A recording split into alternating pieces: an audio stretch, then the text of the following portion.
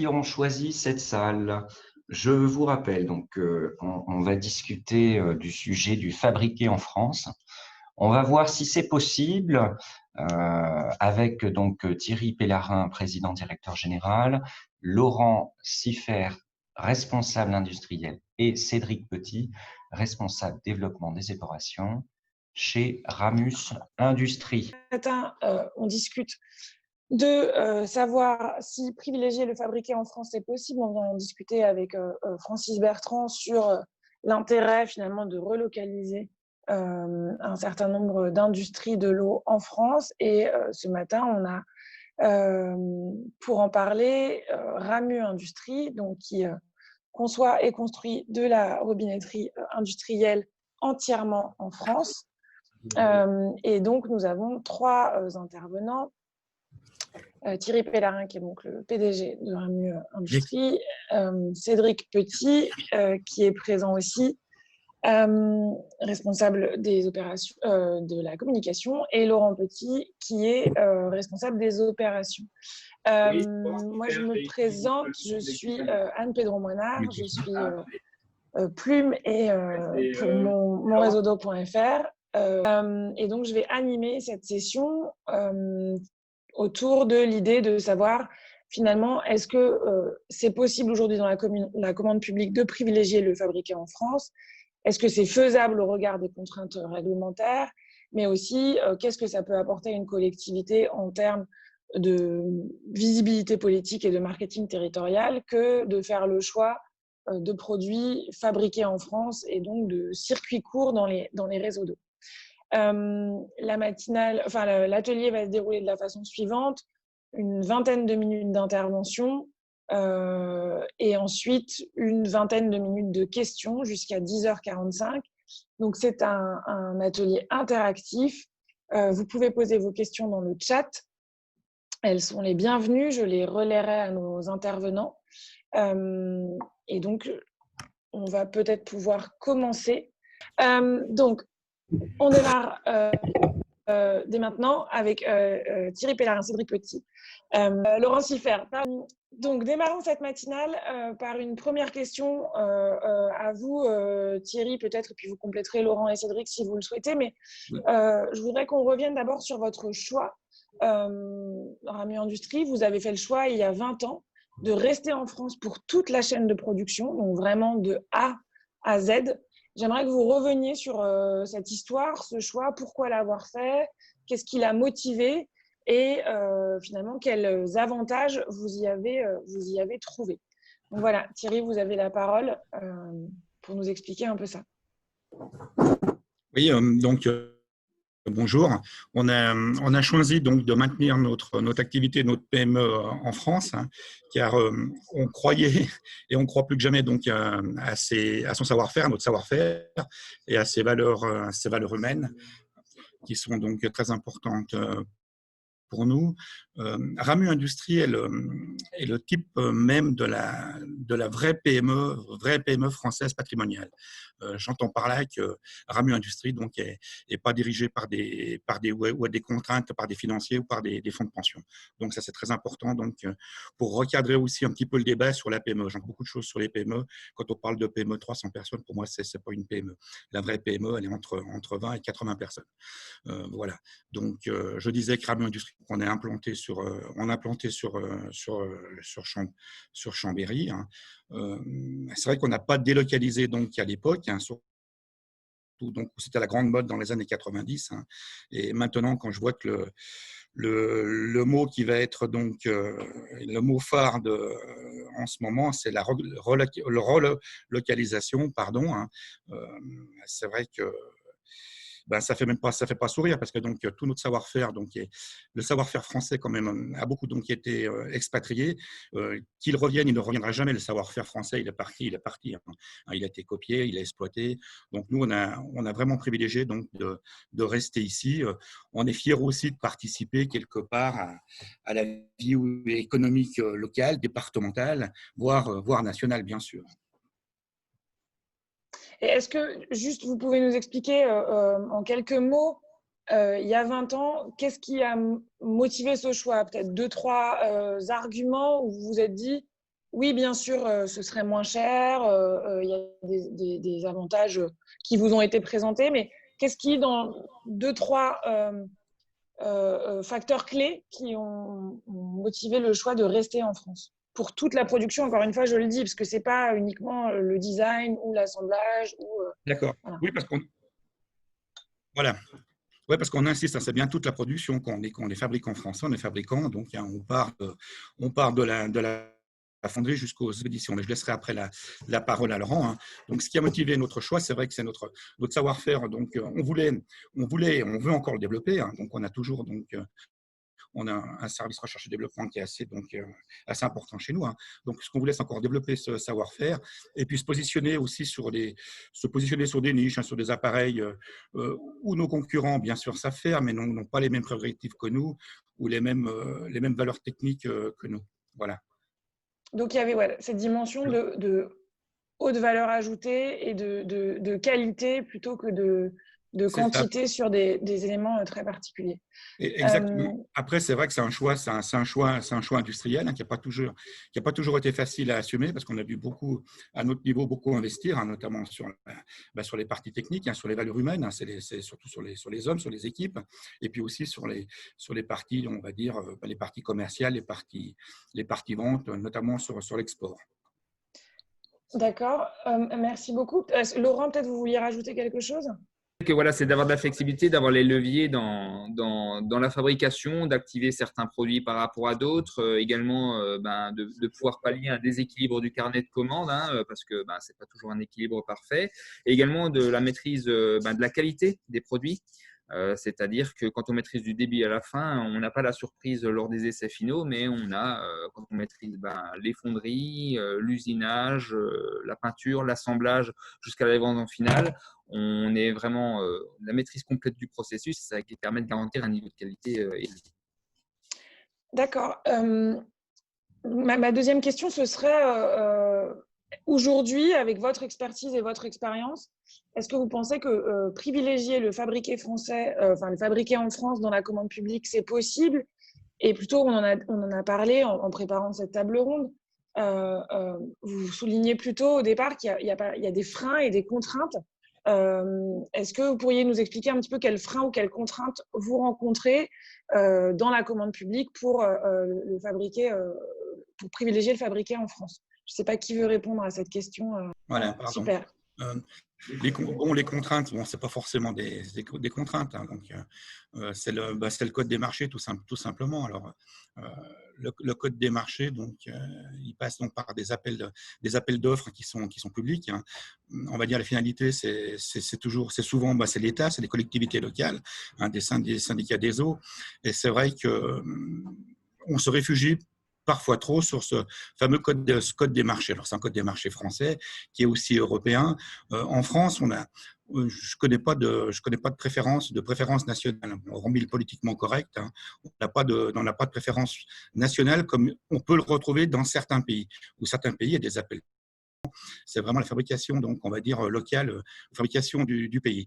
Alors maintenant, c'est vrai qu'il faudrait faire évoluer ce code des marchés. Bon, là c'est à nos élus de se prononcer parce que je pense qu'il est plus cher de relocaliser, comme je l'entends en ce moment, qu'on dépense des centaines de millions que de favoriser après du local. On participe quand même, je me répète, au développement économique d'une ville, d'un département, d'une région. Il sera moins cher de favoriser donc nos entreprises, nos vraies PME françaises. Alors c'est vrai que c'est pas facile parce qu'aussi on a nos grands donneurs d'ordre. Bon, je ne veux pas dire qu'ils ne donnent pas toujours l'exemple, parce que vous savez qu'il y a ce qu'on appelle des contrats cadres. Dans ces contrats, on va chercher économiquement aussi le moins cher, mais aussi sont tenus par des appels d'offres où c'est le moins disant, c'est pas le mieux disant qui l'emporte. Donc, c'est vrai que c'est assez compliqué.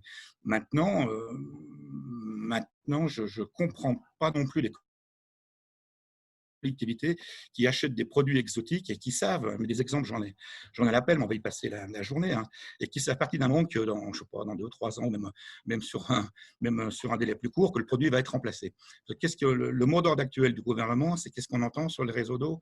C'est de recherche de fuite. Hein. Donc, recherche de fuite d'eau, ça veut dire que l'eau est déjà, mais va être de plus en plus précieuse. Donc, si on met un produit tout de suite de qualité, eh ben, on n'aura pas ce problème.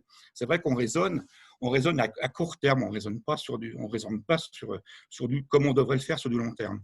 Alors que le réseau d'eau, c'est quand même un patrimoine national. Voilà. Et du coup, est-ce que vous avez un peu ouvert sur ma question suivante, qui est au-delà de la contrainte réglementaire, et d'ailleurs, j'aimerais bien peut-être en y répondant que si vous avez un exemple d'une fois où dans la commande publique, on vous a dit on aimerait bien acheter chez vous, mais finalement, on va aller acheter ailleurs parce que pour telle et telle raison, enfin, si vous avez un retour d'expérience de ce point de vue-là, peut-être juste un témoignage là-dessus. Vous, qu'est-ce que vous répondez comme argument? Quel est le bénéfice au-delà de la contrainte réglementaire? Quels sont les bénéfices plutôt pour une collectivité de pouvoir afficher un achat fabriqué en France? Qu'est-ce que vous auriez envie de répondre quand on vous dit bah non, on va plutôt acheter quelque chose de produit à l'étranger mais qui est moins cher? Le bénéfice, c'est surtout c'est le suivi, c'est déjà le suivi des affaires. Hein. Chez Ramu, on est capable de retrouver 40 ans en arrière, donc avec un numéro matricule, le produit qui a été vendu à l'époque avec les conditions de service. Maintenant, il est vrai que pour faire évoluer tout ça, il faudrait carrément modifier le code des marchés du moins, ou avec une préférence française, qui ne sera pas facile non plus donc à déterminer, donc à encadrer, mais qui peut se faire avec la volonté de tous, qui peut se mettre en place. Mais bon, nous, on n'a pas attendu malheureusement cette pandémie aussi pour sensibiliser c'est souvent les techniciens territoriaux, hein, mais c'est aussi les élus, pour les sensibiliser sur ce fait-là. Et c'est vrai qu'avec des constructeurs français, ils auront un suivi, ils ont une qualité de réponse qu'ils ne trouveront pas avec évidemment un produit qui vient d'Inde ou d'ailleurs. Voilà. Laurent, Cédric, pardon, allez-y. Laurent, Cédric, peut-être que vous avez un exemple. Est-ce que vous auriez un ou deux exemples à nous donner de cette relation très personnalisée? Non, mais les exemples, je préférerais qu'ils viennent de nos clients, parce qu'on a quand même on a des clients, on a des fidèles aussi au produit Ramu. C'est plutôt à eux à les donner, parce que je ne voudrais pas qu'on croie qu'on tire trop la couverture à nous. Mais après, des exemples, oui, nos clients peuvent en donner, hein, c'est sûr. Hein, et puis, nous, on peut encore récemment, on remplace des vannes de nos concurrents. C'est des concurrents, c'est des fabricants français qui ont pignon sur rue, par contre, qui ont délocalisé pratiquement à 100%, hein, où les produits n'ont pas le même suivi et la même attention que le produit Ramu, parce que le produit Ramu, ce sont des équipes qualifiées qui le pratiquent, hein, qui l'utilisent tous les jours. Hein, donc, dès la fabrication, le montage, les essais, donc on a très peu d'ennuis techniques de ce côté-là. Maintenant, oui, des exemples, je vous dis, on a l'appel, mais je préférerais que ça vienne de nos clients, ce qui est aussi délicat, hein, mais voilà. Non, mais aussi, je ne voudrais pas revenir, parce que donc, on parle aussi de produits français, donc on parle produits chers. Non, c'est pas forcément le cas. Et puis le cher, ça veut dire quoi dans le temps, le cher? Mais parfois, on est éliminé, hein, on est éliminé sur des marchés pour quelques pouillèmes de pourcentage. Hein. Donc après, vous voyez, c'est là qu'il pourrait y avoir aussi une réflexion sur le bleu, blanc, rouge. D'accord. Laurent, vous vouliez rajouter quelque chose ou... Oui, aujourd'hui, la seule chose qui pourrait, en quelque sorte, dans un appel d'offres, permettre une fabrication française, ou du moins la fourniture du matériel de fabrication française, c'est ses caractéristiques techniques, puisque quand même en France, on a un savoir-faire fort et on a souvent une comparaison d'un produit qui n'a pas tout à fait le même niveau d'un point de vue technique. Et c'est aujourd'hui, comme Thierry l'a exprimé, le code du marché public ne bride pas. On ne peut pas marquer clairement que l'origine du matériel doit être obligatoirement français. Il a cité d'autres pays qui aujourd'hui l'ont fait, des pays africains par exemple. Mais nous, on a quand même en France certains produits qui sont plus adaptés à un besoin et dont ces caractéristiques particulières permettent déjà d'orienter fortement le choix de l'acheteur. Donc, souvent, c'est l'installateur en ce qui nous concerne. Et c'est ces caractéristiques particulières. Et ça se ressent en exploitation, c'est-à-dire que un produit de qualité exploité pendant 30 ans revient moins cher à la fin qu'un produit moins cher à la base, mais qui, au bout de 5 ans, demande soit une maintenance lourde ou un renouvellement. Le problème, c'est une question de point de vue, c'est-à-dire que le rédacteur du cahier des charges, c'est souvent un préconisateur qui essaye de formaliser à travers ce cahier des charges le besoin d'exploitation, mais également le besoin en termes de process, donc c'est l'ensemble des deux. Et la personne qui achète concrètement le produit, c'est ni l'exploitant, c'est pas forcément le propriétaire de l'ouvrage ou de l'installation, mais c'est un installateur. Et l'installateur, lui, il a besoin d'avoir un matériel qui correspond au cahier des charges parce que c'est ce qu'on lui demande, et forcément avec le coût le plus faible possible, puisque lui, son intérêt, c'est d'avoir un mode projet, de rentrer dans un budget et puis d'essayer de maximiser la rentabilité de son projet. Cédric, vous vouliez rajouter quelque chose sur ce sujet ou non? C'est bon, je ne vous vole pas la parole. Alors, après, on peut effectivement, il y a quelques exemples que j'ai vécu sur le terrain avec un client qui effectivement, ou plusieurs clients qui souhaitent justement poser notre marque ou notre savoir-faire là-dessus. Et on s'est rendu compte qu'effectivement, c'était compliqué, même par rapport à ce que disaient Laurent et Thierry, en orientant un petit peu justement les cahiers des charges, à favoriser justement d'acheter français et d'acheter technique sur des produits vraiment très techniques en France là-dessus. Et ça, c'est justement une des questions qui est importante, je pense, à aujourd'hui, et de sensibiliser un petit peu tout le monde sur ce domaine-là, savoir comment on pourrait faire évoluer les choses pour justement derrière pouvoir favoriser les fabricants français. C'est hyper intéressant de vous entendre justement sur peut-être ce décalage, ou en tout cas ce paradoxe entre les deux. Et après, ce plaidoyer sur le fabriqué en France, j'aurais envie de vous entendre parce qu'il y a plusieurs labels qui existent aujourd'hui autour du fabriqué en France, ou en tout cas dans les réseaux d'eau. Et vous avez fait le choix de n'adhérer à aucun, de ne solliciter aucune labellisation. Est-ce que vous pouvez nous expliquer, et c'est un peu une question d'ouverture aussi pour l'ensemble des participants, pourquoi vous avez fait ce choix de ne pas être labellisé, et qu'est-ce que c'est, enfin, pourquoi ces labels, pour vous, ils ne sont pas forcément complets? Voilà, quel est votre positionnement par rapport à ces labels qui pourraient vous donner une visibilité C'est vrai qu'on voit qu'il y a actuellement une tendance au Made in France, ça, pas proprement uniquement pour l'industrie, un peu partout, qui a été renforcée justement par la crise sanitaire qu'on a connue. Maintenant, après, ce qu'il faut savoir, c'est ce qui se cache derrière les labels. C'est-à-dire qu'aujourd'hui, est-ce qu'on a envie d'être affilié à une marque ou à un label, et pourquoi? Aujourd'hui, on le voit, tous les labels, nous, on a regardé un petit peu, on a épluché un peu toutes les conditions d'obtention et d'utilisation des labels, et ce qu'on se rend compte, c'est qu'il n'y en a aucun qui correspondrait à 100% à notre fabrication française. Pourquoi? Parce qu'en fait, dans les labels, il y a toujours une notion d'assemblage ou d'achat de matières premières. Et il y a toujours un pourcentage de cet assemblage qui doit être effectué en France, mais il n'y en a aucun qui oblige en fait à être à des pourcentages très élevés, donc à 80-90% de la production.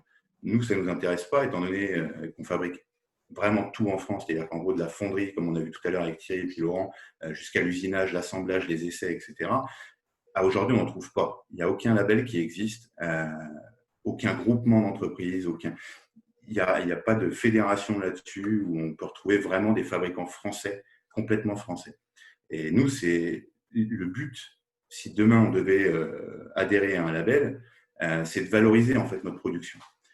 C'est pas uniquement d'obtenir une image de marque et de faire comme tout le monde. Non, nous, c'est vraiment quelque chose où on cherche, c'est une valorisation de notre méthode de production, tout simplement. Donc, Aquaplus, Origine France Garantie, c'est en fait finalement vous êtes au-dessus du standard qu'ils préconisent déjà. Et du coup, Ouais. Si on parle par exemple d'Origine France Garantie, hein, j'ai regardé un petit peu les conditions aussi avec Laurent, on avait regardé. Faut savoir que l'Origine France Garantie, c'est 50% minimum. Donc, ça veut dire qu'on peut aller, on est d'accord, on peut aller jusqu'à 100%, mais c'est un minimum de 50% d'assemblage du produit en France. Nous, on n'est pas à 50%. Donc, on n'a aucun intérêt, je dirais, à aller sur ce genre de label. Nous, ce qu'il nous faudrait, c'est limite du 100%. C'est une obligation au 100%, mais on sait très bien que ce genre de label ne va pas toucher la moitié des industriels français. Donc, on ne peut pas arriver à adhérer à ça, ce n'est pas possible. On se contredirait nous-mêmes, donc non. Il y a un niveau d'exigence qui doit être plus élevé. Laurent, Je vous pense vouliez… ce niveau d'exigence-là, en fait, on doit l'avoir d'un côté comme le niveau d'exigence qu'on a avec nos produits. Il faut que ça corresponde. L'image qu'on va véhiculer, si jamais on devait avoir un label, elle doit correspondre à l'image de nos produits. Et aujourd'hui, il n'y en a pas pour l'instant. Okay. Si je peux surenchérir, en fait, nous, on ne cherche pas Surenchérissez. à rentrer dans les critères d'un label pour afficher tout simplement qu'on veut faire bien ou qu'on est fabriqué en France, mais c'est vraiment dans notre ADN et que nous, la fabrication, l'ADN de Ramus, c'est une fabrication française et c'est une maîtrise du début à la fin avec des partenaires locaux au maximum. Hein. Comme Thierry l'a dit, on essaie de faire vivre aussi une économie locale, mais c'est une fabrication française, on va dire, naturellement. C'est ce qu'on fait déjà naturellement. D'accord. Du coup, il nous reste un quart d'heure et donc c'est le temps des questions et des échanges avec les participants. Peut-être pour lancer la discussion, j'aurais envie de rebondir sur cette question des labels pour nos participants et de vous poser la question à vous, participants, qui êtes soit industriels, soit techniciens de collectivité ou élus. Est-ce que pour vous, la labellisation, ça peut être un critère déterminant dans le choix d'achat d'un produit sur un renouvellement, un investissement dans un réseau d'eau ou d'assainissement? Voilà, est-ce que vous pouvez nous dire un peu dans le chat, donc dans l'onglet conversation, que vous avez en bas si vous êtes sur ordinateur, que vous avez dans les 3 petits points du plus si vous êtes sur tablette ou téléphone, vous pouvez nous dire si pour vous c'est un critère important ou un critère déterminant. N'ayez pas peur de prendre la parole, il n'y a pas de bonne ou de mauvaise réponse, c'est justement l'objectif d'une discussion. De pouvoir échanger là-dessus. Alors, j'attends de voir si on a des interventions. Et puis après, si vous avez, donc c'est ma question d'ouverture à vous tous, est-ce que pour vous c'est un critère déterminant dans la commande publique? Mais plus largement, est-ce que vous avez des questions pour nos intervenants, des réactions à ce qui a été dit et des choses que vous voudriez voir précisées? Peut-être en attendant que des questions émergent, donc n'hésitez vraiment pas à poser vos questions ou même à faire part de vos remarques. Vous avez le droit d'être d'accord ou en désaccord avec les propos qui ont été tenus aujourd'hui. C'est justement l'objectif de cet échange. En vous écoutant, je pensais à une autre question qui est dans la profession. Les autres fabricants et industriels avec lesquels vous discutez, finalement, comment vous voyez l'avancée de ce sujet sur le fabriqué en France? Est-ce que c'est une question qui revient beaucoup? Est-ce que vous voyez des partenaires ou des concurrents? Mais en tout cas, voilà, quel est le niveau de sensibilité à cette question aujourd'hui dans le monde des industriels de l'eau? Et quel regard on porte à la fois chez les industriels, mais aussi dans les collectivités aujourd'hui sur ce parcours qui a été le vôtre et qui a été un choix à contre-courant à un moment, très certainement. Qu'est-ce qu'on vous en dit aujourd'hui et qu'est-ce que ça vous apporte comme éclairage finalement sur ce que vous faites? Non, on n'a pas beaucoup d'auto parce qu'on n'a pas beaucoup on n'a même pas du tout d'échanges avec nos confrères ou concurrents. C'est vrai que c'est des grands groupes. Alors nous, on est une PME d'une cinquantaine, d'un plus d'une cinquantaine de personnes, donc on n'a pas les moyens d'échanger, on va dire régulièrement. On faisait partie d'un syndicat, donc le syndicat donc bleu, blanc, rouge des pompes de la robinetterie. On s'en est retiré puisque justement on s'y retrouvait pas. Donc adhérer au syndicat, donc eh bien des gens qui faisaient de l'import-export, qui importaient 90% de leurs produits. Voilà. Maintenant, ça qui serait intéressant d'avoir des échanges avec les acteurs de l'eau en général. Hein, donc, il ne faut pas s'en référer qu'à la profession du fabricant de robinetterie. Il y a tous les acteurs de l'eau, je pense aussi donc, à nos entreprises de travaux publics, hein, qui sont donc des acteurs importants dans les canalisateurs, hein, les gens qui font du pompage. Mais il est vrai qu'on par l'intermédiaire de mon réseau, de vous, hein, pourquoi pas lancer donc une première approche, hein, des éventuels échanges. Voilà. Mais nous, c'est vrai malheureusement, on le subit puisqu'on est au four au moulin, donc de par notre PME, bon, qu'on structure de façon, je dirais pas quotidienne, mais qu'on structure de façon mensuelle pratiquement. Hein. Mais on n'a pas non plus après on n'a pas l'organisation après des grands groupes, hein, qui font qu'on pourrait donc avoir cette démarche de rencontre.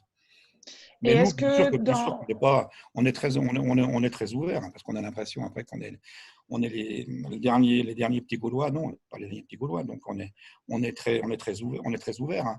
On était mis un petit peu sous le côté, puisque donc on n'était pas dans le move, comme diraient les jeunes maintenant, on n'était pas dans le move dans les années 90. Mais je pense qu'on a eu raison. D'ailleurs, si on revient à tout ça. Hein, j'en profite pour inviter, là, pendant que j'ai la parole, hein, parce que ça va être court, notre président de région, hein, parce que donc, j'aimerais l'inviter à ce qu'il visite Rami Industrie, hein, notre président de région, et qu'il voit une vraie PME française. Hein, donc, une vraie PME française, hein, avec ses valeurs, avec ses avantages, ses inconvénients. C'est pas toujours, hein, il y a aussi des inconvénients, mais surtout avec ses avantages.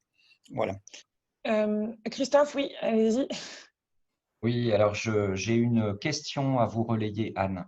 Une question d'Alain Siozard, pardon. Je me sens totalement solidaire de la démarche de Ramu.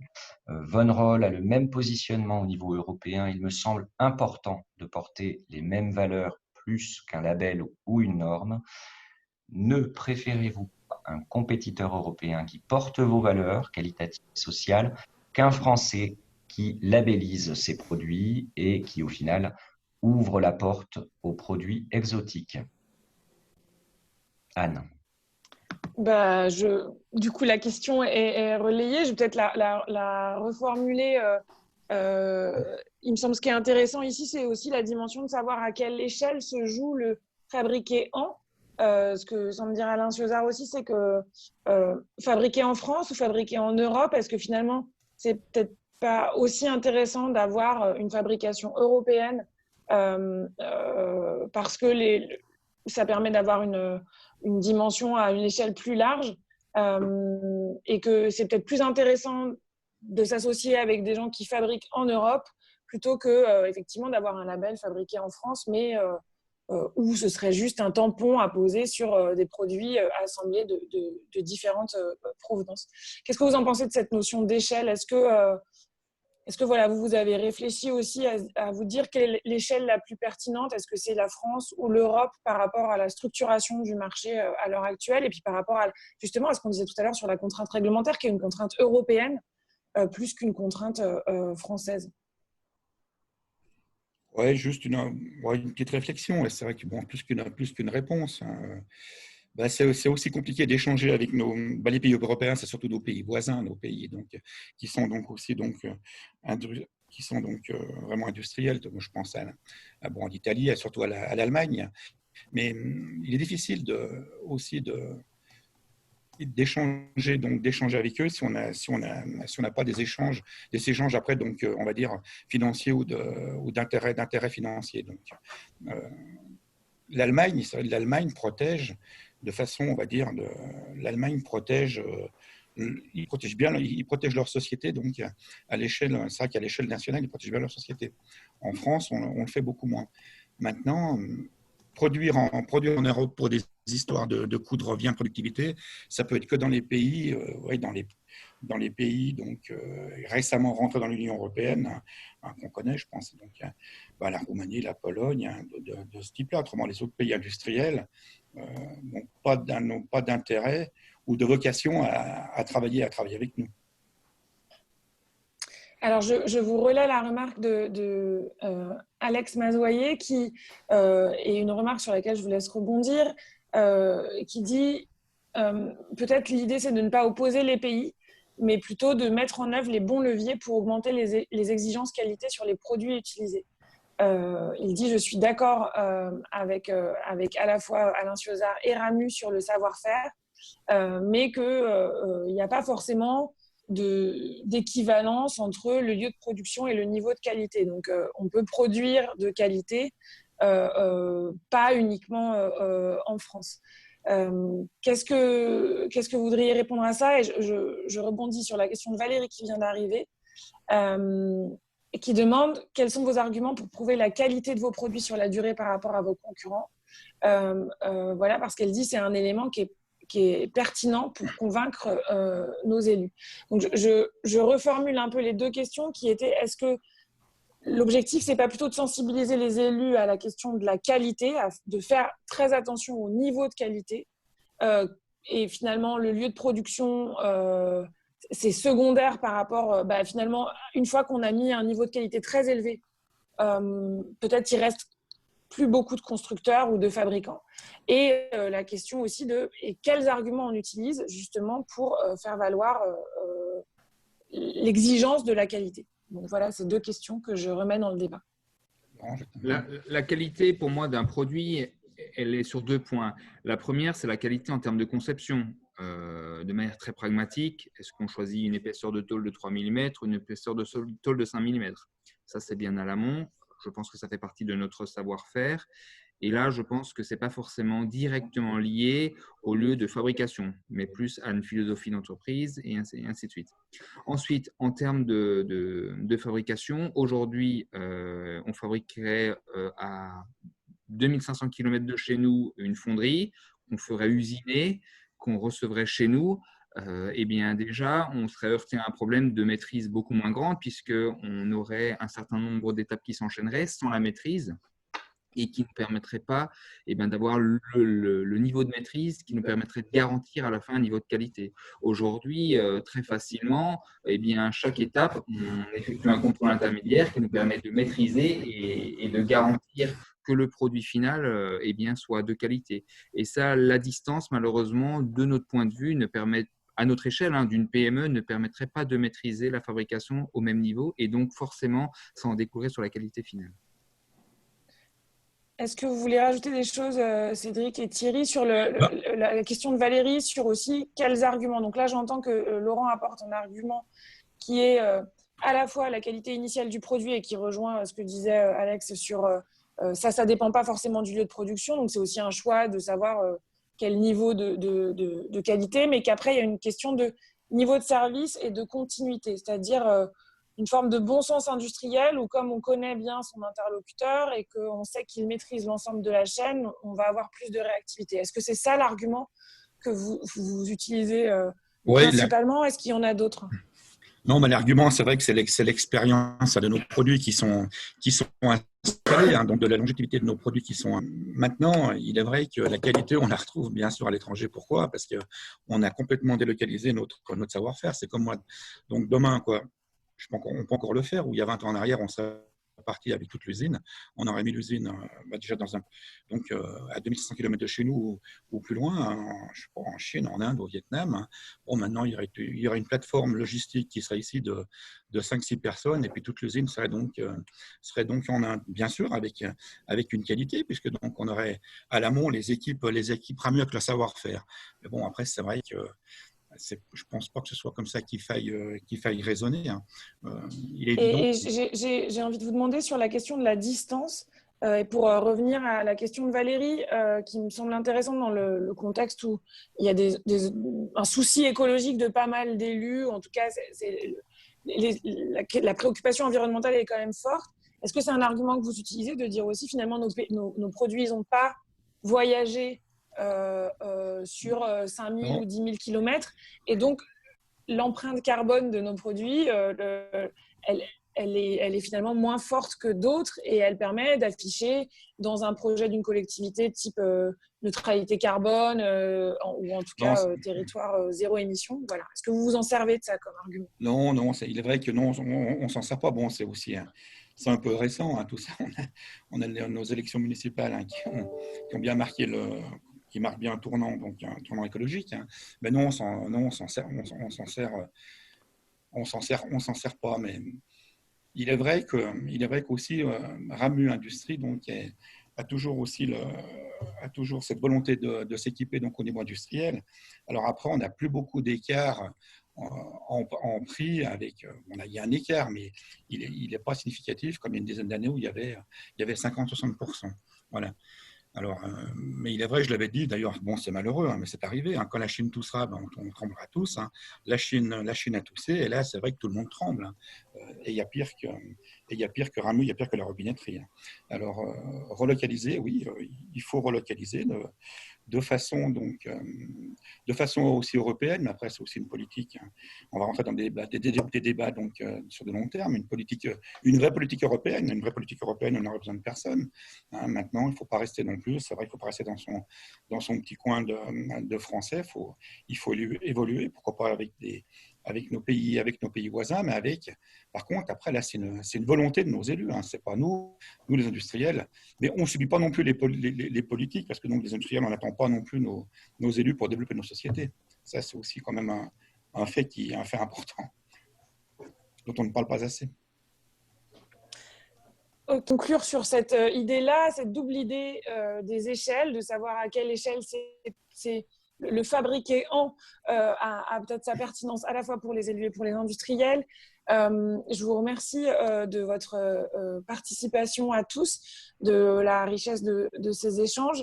Et bien entendu, j'invite les participants qui auraient des questions plus particulières ou qui n'auraient pas eu le temps de les poser ou qui n'auraient pas osé les poser, parce que parfois on n'ose pas oser poser sa question en grand groupe, que vous pouvez contacter Thierry Pellarin, Cédric Petit ou Laurent Siffert pour continuer les échanges directement. Merci à tous. Merci à vous. Hein, bon, pour nous, c'est une première, c'est pas toujours facile de converser. Hein, mais je le répète, hormis notre président de région, on invite aussi bien sûr tout le monde à venir chez Ramu. On l'a toujours fait. Hein. Les portes sont grandes ouvertes. Hein. C'est avec plaisir qu'on vous recevra. Alors, on me dit que finalement, il nous reste 5 minutes. Alors, Christophe m'avait dit il nous reste 1 minute. Et finalement, on me dit qu'il nous reste 5 minutes.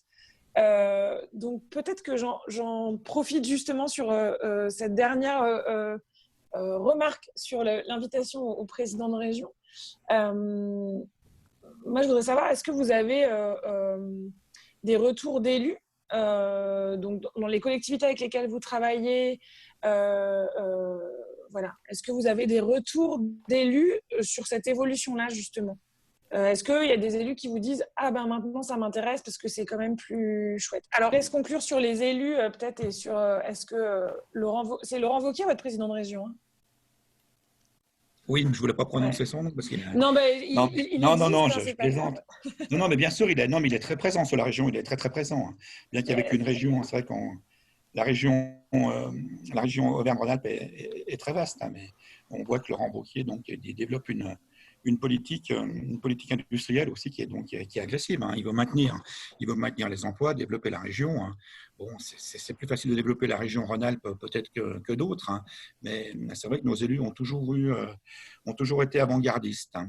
Maintenant, les retours qu'on a sur les élus, il y en a très peu, puis on a aussi donc ça allait très vite, et moi je pense que ça allait trop vite sur les communautés de communes. Vous voyez, en 3-4 ans, on a regroupé plus les rapports qu'on avait par le passé, donc avec les élus proches, hein, les maires adjoints qui s'occupaient des réseaux d'eau.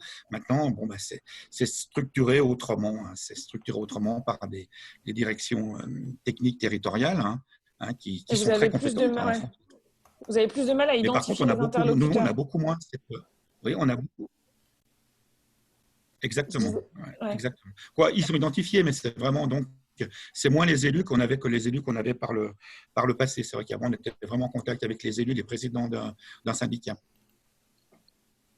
Ok, donc cette dimension interpersonnelle qui s'est un peu perdue et du coup qui n'aide pas forcément, enfin voilà, qui demande plus de temps pour renouer les liens avec les intercommunalités.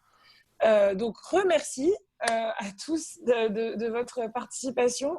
Merci d'avoir joué le jeu et pris le risque de cette première, parce que je sais que quand on est les mains dans le cambouis, pour utiliser une expression un peu vulgaire, mais en tout cas, on est dans l'action, dans l'opérationnel au quotidien. C'est pas toujours facile de venir parler de son activité.